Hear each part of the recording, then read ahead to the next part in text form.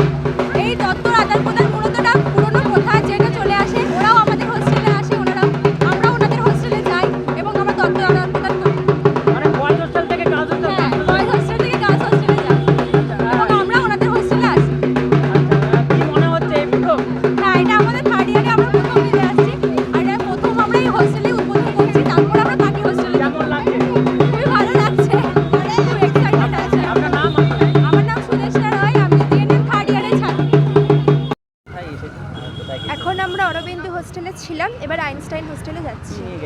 তত্ত্ব নিয়ে।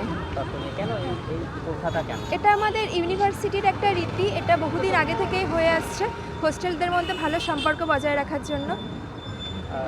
এটা কি ভালোবাসা আদান প্রদান হয়? হোস্টেলে ভালোবাসা আদান প্রদান সবটাই বন্ধুত্বপূর্ণ। এবারে কি প্রথম এটা আপনার?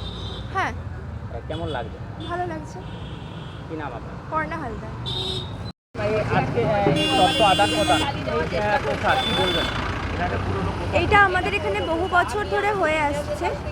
প্রথমে মেয়েরা আসে ছেলেদের হস্টেলে, এবং বিভিন্ন হস্টেল থেকেই আসে, মেডিকেল কলেজ আসে বা রাজ কলেজ থেকে আসে, এবং আমরাও যাই তারাবাগ থেকে, এবং তারপর আমরা ফেরার পর তারা এখানে আসবে। আমাদের নিজেদের মধ্যে একটা বন্ধুত্বপূর্ণ যে সম্পর্ক আছে সেটাকে মানে উৎসবের মতো করে আমরা সরস্বতী পুজোর পরের দিনটা পালন করি। মূলত কি করা হয়? কিছুই না, আমরা তত্ত্ব নিয়ে যাই, ওখানে খাওয়া দাওয়া হয়, একটু আনন্দ হয়, তারপর আবার বেরিয়ে আসি, এটাই। মানে এই যে তত্ত্ব আদান প্রদান এটা কেমন লাগছে আপনার? আমাদের তো আমরা অনেকগুলো বছর ধরে দেখছি, ভালোই লাগছে। একটা বছর অপেক্ষা, একটা বছরের অপেক্ষা, সারা বছরের জন্য আমরা অপেক্ষা করে থাকি যে সরস্বতী পুজো আসবে, কাজ হবে, কারণ এখানে প্রত্যেকটা মানে হস্টেলেই আমাদের থিম পুজো হয়, তো ছেলে মেয়েরা প্রচুর কাজ করে। হয়ে গেল এবার কালকে বিসর্জন। এই তথ্য আদান প্রদানের মধ্যে দিয়ে কি ভালোবাসার সম্পর্ক গড়ে ওঠে? ভালোবাসা তো আছেই, বন্ধুত্বপূর্ণ সম্পর্ক আছে, বাচ্চারা আছে, তাদের সাথে আমাদের আলাদা রকমের সম্পর্ক। ভালোবাসা তো সব জায়গাতেই আছে। কি নাম আপনার? পৌলমী সেন। আমার PhD economics department. Thank you. আসলে কোথায় এসেছিলেন আর কি করতে? আজকে আমাদের যে সরস্বতী পুজো হচ্ছে সেই উপলক্ষে আমাদের যে ইউনিভার্সিটি হোস্টেলগুলো আছে বা কলেজের যে সমস্ত হোস্টেলগুলো আছে সেই সমস্ত হোস্টেলগুলোতে একটা রিচুয়াল, যেটা আমাদের এক কথায় উত্তরাধিকারী হিসেবে চলে আসছে, যেটা আমরা প্রত্যেকবারে নেই, এবারও চলছে, তথ্য আদান প্রদান চলছে। এটাই আমরা করছি আজকে, এই রিচুয়ালটা করানো। তথ্য আদান প্রদান? তথ্য কী আদান প্রদান করছি? হ্যাঁ, তথ্যতে যাদের যেটা ইচ্ছে, মিষ্টি থেকে শুরু করে যে আপনার ফল থেকে কেক থেকে সমস্ত কিছু আদান প্রদান হয়। একটা বছর ওয়েট তার করে সাথে থাকেন? হ্যাঁ, একটা বছরের অপেক্ষায় থাকে, তারপরে এত কিছু পরিশ্রম, এত একটা মানে বহুত এক্সাইটেড হয়ে থাকে যে হ্যাঁ সরস্বতী পুজো আসবে, প্রত্যেকটা হোস্টেলে তথ্য আদান প্রদান হবে। তার সাথে প্রত্যেকটা হোস্টেলের মধ্যে একটা যে বন্ধন আছে, আমাদের যে ভালোবাসার অটুট বন্ধন আছে, সেগুলো বাড়ানোর জন্য একটা চলে। আপনার নাম? আমার নাম নিউটন বিশ্বাস, কোন ইয়ার? আমার 3rd ইয়ার। কোথায় আসা হয়েছে এবং কোথায়? আজকে আমরা এই তো আপনারা দেখতেই পাচ্ছেন অরবিন্দ ছাত্রাবাসে এসেছি। আমরা রাজ কলেজের রিফিজ হোস্টেল থেকে আসছি। আসলে এটা আমাদের রীতি রেওয়াজ যে প্রত্যেকটা হোস্টেলেই সরস্বতী পুজোর জন্য আমন্ত্রণ করা হয়। তো সেই আমন্ত্রণ রক্ষার্থে আমরা একটা ছোট্ট তত্ত্ব উপহার হিসেবে নিয়ে আসি প্রত্যেকটা হোস্টেলেই। সেটাই আর কি, আমরা যাই এবং তাদের থেকে অতিথি আপ্যায়ন হিসেবে যেটুকু পাই সেটুকুই।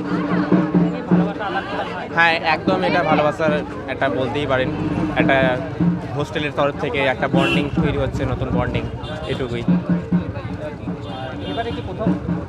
না, এটা একদমই প্রথমবার নয়, এটা প্রথমবারও নয় আর এটাও শেষবার নয়, এটা চলেই আসছে প্রথম। না, এটা আমার 3 নম্বর বার চলছে।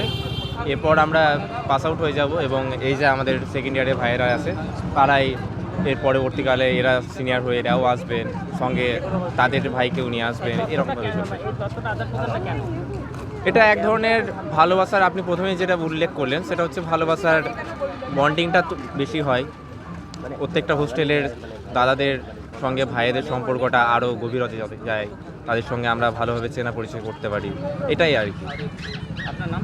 আমার নাম সুরজিৎ চ্যাটার্জি, কোন ইয়ার? আমি ফাইনাল ইয়ার BCA স্টুডেন্ট।